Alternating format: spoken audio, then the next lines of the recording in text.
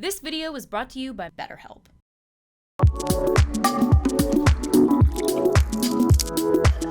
What's up, everybody? Helen here to talk about a show so cheerful that watching it feels like sunbathing in a field of daisies.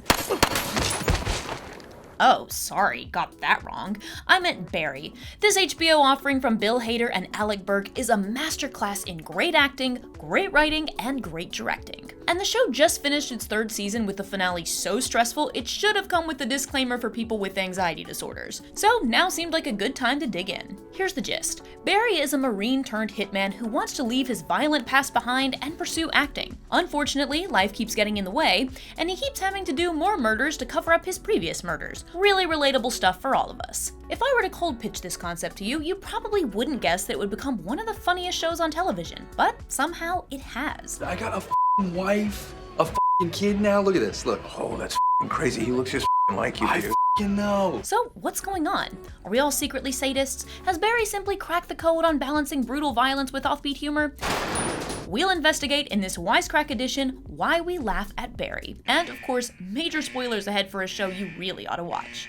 But before we dive in, we want to thank this video's sponsor, BetterHelp. If you're feeling depressed, anxious, or overwhelmed these days, BetterHelp can be an excellent resource for feeling better. Personally, I feel like all of the stuff going on social media and out in the real world, it just has me feeling completely overwhelmed, and I could really use somebody to talk out these feelings with. BetterHelp's network of more than 20,000 therapists are ready to listen and help you. After taking a brief questionnaire, you'll be matched with a therapist whose expertise fits your unique needs. And what's so cool about a platform like BetterHelp, where everything is done remotely, is that you can work with a therapist whose skills might not otherwise be available in your area. Within 48 hours, you can start messaging with your therapist at any time. When you do, you'll receive timely and thoughtful responses in return. Additionally, you can schedule your choice of secure phone or video sessions to receive counseling in real time. In my case, I matched with Sarah on Tuesday, had our first session scheduled by Wednesday, and on Thursday, we talked out some of the problems that I didn't feel like I could handle on my own. While she didn't solve everything, she definitely made the things I was dealing with seem a lot easier to handle.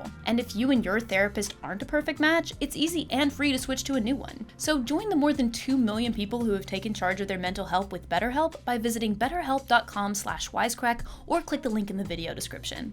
When you do, you'll get 10% off your first month. That's betterhelp.com/wisecrack. And now, back to the show. Since the show began, Barry has descended into ever more violent antics, from murdering a perfectly nice detective, to going on a needless rampage through a drug storehouse, to killing his clients when they have a sudden change of heart. There's no forgiving Jeff! Not exactly plot lines conducive to great comedy. To understand how Barry keeps delivering the laughs, we need to look at a genre variously called dark comedy, or sick comedy, or black comedy. While humans have been laughing since we were monkeys, dark comedy is something of a newcomer in our species' collective stand-up routine. The co-founder of surrealism, Andre Breton, coined the phrase le humour noir, i.e. black comedy, in 1939. He believed that dark comedy had an inherently modern sensibility. Though it had existed in literature and painting throughout the ages, early dark humor mostly took the form of didactic, moralizing satire. Modern dark humor, he thought, was more subversive and aggressive, and devoid of moral lessons. Which kinda sounds a bit like our favorite show about a hitman you could bring home to mom. But more on that in a moment. But what about in American culture? When it comes to film, you can see dark humor boiling up after World War II, in works like Unfaithfully Yours and Monsieur Verdoux. As Wheeler Winston Dixon writes, in post-war America and the world, the old social structures were crumbling, to be replaced by an emptiness which allowed greater transgression against perceived normative rules. You saw this in stand-up comedy, where sick comedy, like your favorite dead baby jokes, started popping up. But the genre really came to a head in the 60s, once the studio system had breathed its last gasp. As Dixon notes, in the 1960s, themes which had previously been dealt with only in the most serious fashion were suddenly subject to burlesque or parody. Dark humor dominated film in the rebellious 60s, but mostly petered out of cinema in the next decade. On TV, consensus television, i.e. inoffensive shows that tried to appeal to the widest possible audience, dominated, keeping dark comedy mostly off the air for most of the medium's history. That's with the notable exception of MASH, which used a war hospital setting for dark humor and social critique of American militarism. After MASH ended, mainstream 80s television was basically absent of any similarly dark humor, although glimmers of dark comedy emerged again in the 90s in the form of popular programs like Seinfeld. You know what they call them? Soup Nazis. The balance of chipper to cynical programming changed as we moved into the the 21st century, for two likely reasons.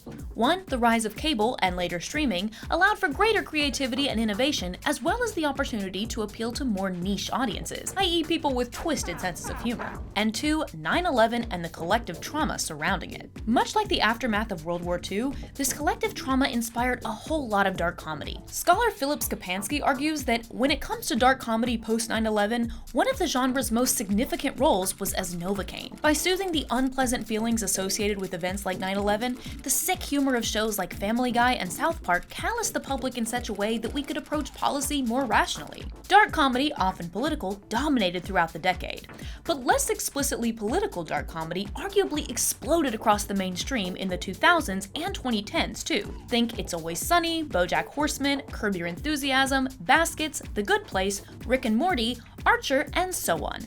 Journalist Rachel Aroesti argues in The Guardian that the rise of dark comedy television in the 2010s and the increasingly surreal dark comedies of the 2020s owe a lot to the influence of the weirdos at Adult Swim. And wouldn't you know, we made a whole video just about that, so check it out sometime. The numerous shows that employ dark comedy today mainly appeal to millennials, who, gee, wouldn't you know, are more depressed, underpaid, uncertain about their futures, and so on than previous generations. Baby!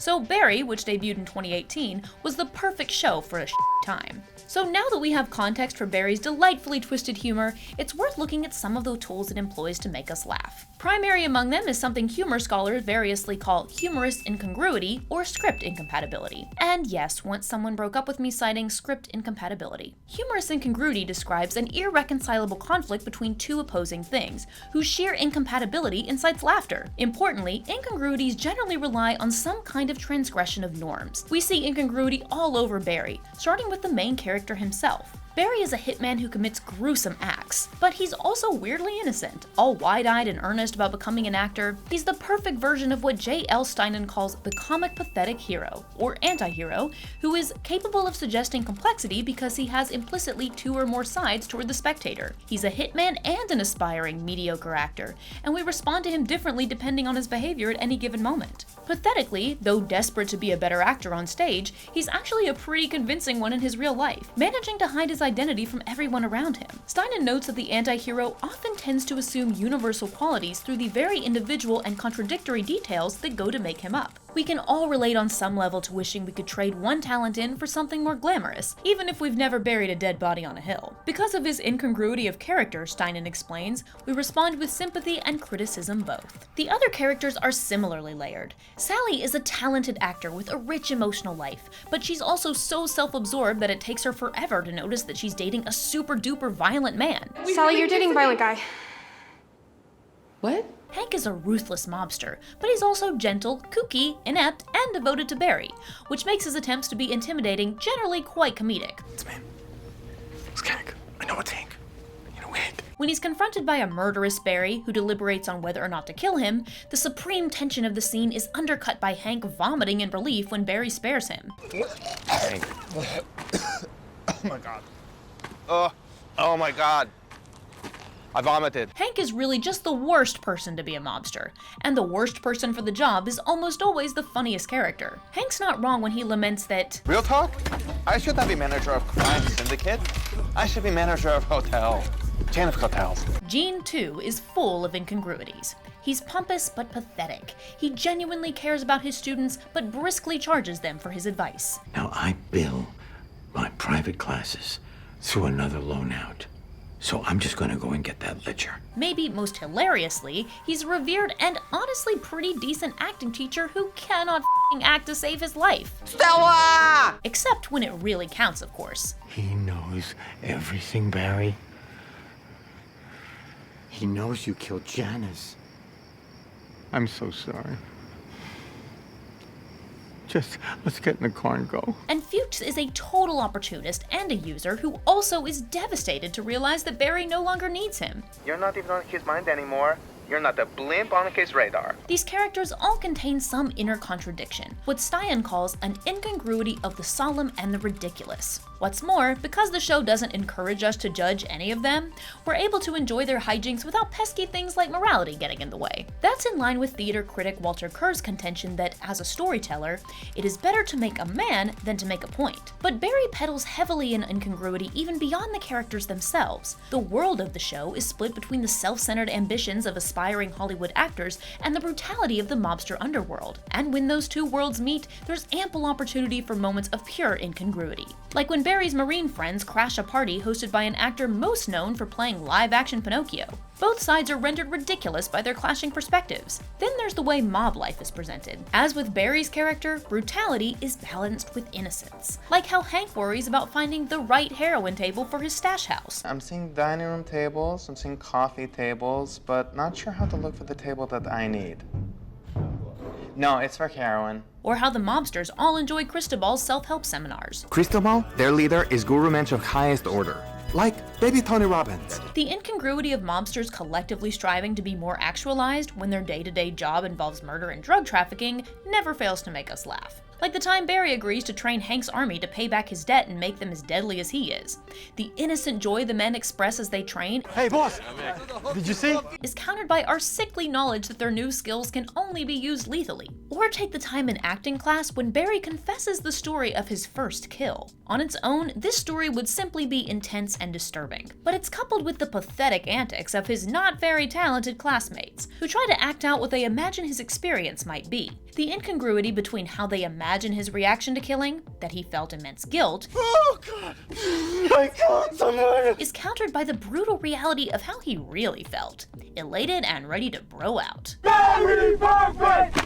And the acting class's inability to even conceive of what wartime might be like is a crucial point. Much of Barry suggests that, by sequestering our experience with America's recent wars, we're forcing soldiers to bear the psychological brunt of the country's foreign policy while the rest of us remain blissfully unaware. More on that in a moment. Now, notably, a common incongruity in dark comedy is killing a character and promptly discarding their body and/or narrative.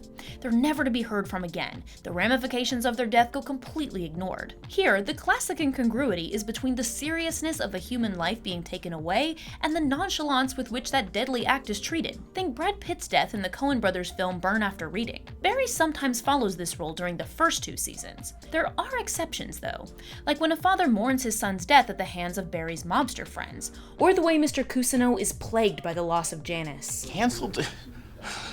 Why? Because Jean had a full-on nervous breakdown yesterday and left. Still, we're often allowed to watch Barry's antics without thinking too hard about the people he's harming.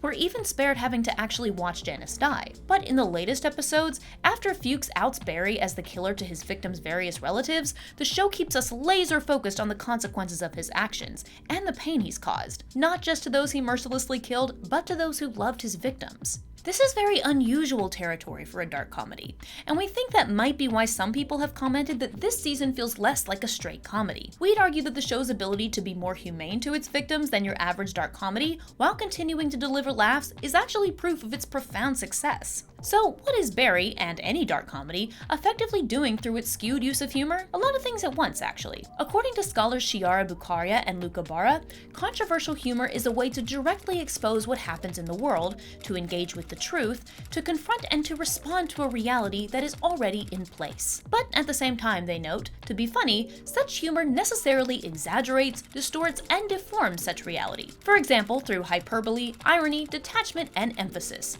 thus highlighting the inauthenticity behind representation. We'd argue that Barry is using its hyperbolic brutality to critique the devaluation of human life in post-9/11 America. This devaluation can be seen both in wars abroad, where soldiers like Barry have killed innocent civilians, and domestically, as it seems like no amount of gun violence will make American politicians take meaningful action. The character of Barry, a killer completely desensitized toward violence while serving in Iraq, is an avatar for our country's larger desensitization toward the real-world violence America has wrought in its war on terror, and the violence that's far too common within our borders. But is the violence we see in Barry serving a larger purpose? Scholar Kristen A. Murray would say yes. arguing that dark comedy emerged from significant shifts in people's relationship to and understanding of death in contemporary American society over the past half-century. Because previous generations contended with world wars, incurable diseases, and generally shorter life expectancies, death was a natural part of life. Today, we're far more distanced from death, in part due to higher life expectancies. She argues that this avoidance of death is entrenched in US institutions, cultural practices, and personal interactions, in forms like the medical and funeral industries,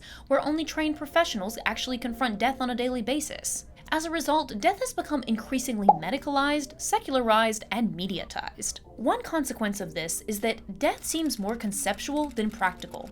It's like a concealed possibility rather than a certainty. At the same time, Americans are more aware of more deaths than ever before, thanks to the ubiquity of digital media. However, this kind of mediated death is marked by what Murray calls a kind of disembodiment, a crafted, marketed, sanitized representation of loss rather than a tangible, traumatic physical demise. As such, death becomes this big, mysterious thing we don't understand, but are constantly hearing about, and that makes us effing nuts. Murray argues that dark comedy is an urgent articulation of the tension between visible and hidden aspects of loss. Scholar Paul Lewis would agree, writing that the apparent intensification of cruel humor in recent years reveals a widely shared desire or need to better understand and learn to cope with death. When we watch Barry off someone, we're contending with those realities of death we don't typically encounter in real life. And we'd argue that Barry does a better job of forcing us to confront death than just about any show on the air, by finding darkly funny ways to inject both drama and comedy into each individual death. Looks like the Bolivians made it here before we did. Well, you can't rule other people out just like that. Now who's making work? This was Bolivians. There's the incongruity between the forgiveness the two sworn enemies come to in the third season premiere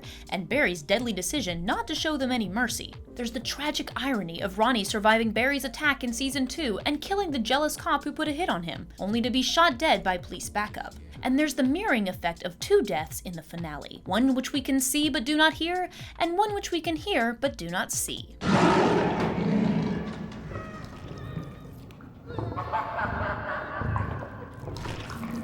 Each one is forcing us to imagine what someone's final moments on Earth really look or sound like, which is pretty metal. And what we fill in the blanks with is probably more horrifying than any reality a camera could conjure. And of course, there's the constant refrain of Barry declaring after yet another murder that he's going to stop being violent. Starting now. It becomes more darkly funny over time, as Barry returns to killing like a sugar fiend to the Nutella jar. As we mentioned, some argue that Barry has become too bleak to qualify as a comedy, pointing out that the character has become completely irredeemable, and that the carnage he's inflicted on the world is too excessive to allow for laughter anymore. For us, this argument assumes that Barry is trying to make anything resembling a moral point, but in the vein of dark modern comedy, it doesn't really seem to be doing that. Rather, it's, as Steinen puts it, trying to urge a truth about the nature of people and things.